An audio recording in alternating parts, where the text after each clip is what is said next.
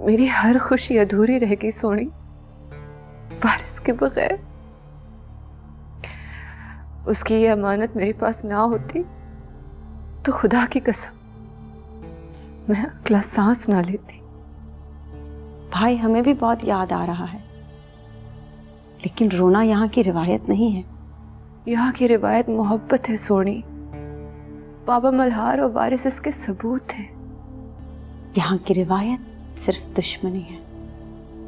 नहीं सोनी, जिस घर में आके मोहब्बत पना लेती हो वहां दुश्मन नहीं हो सकते। मोहब्बत का झूठ भी मोहब्बत दिखा के बोला जाता है। तुम प्लीज इस खून की लकीर को यही रोक दो, वारिस के इस बच्चे के वास्ते।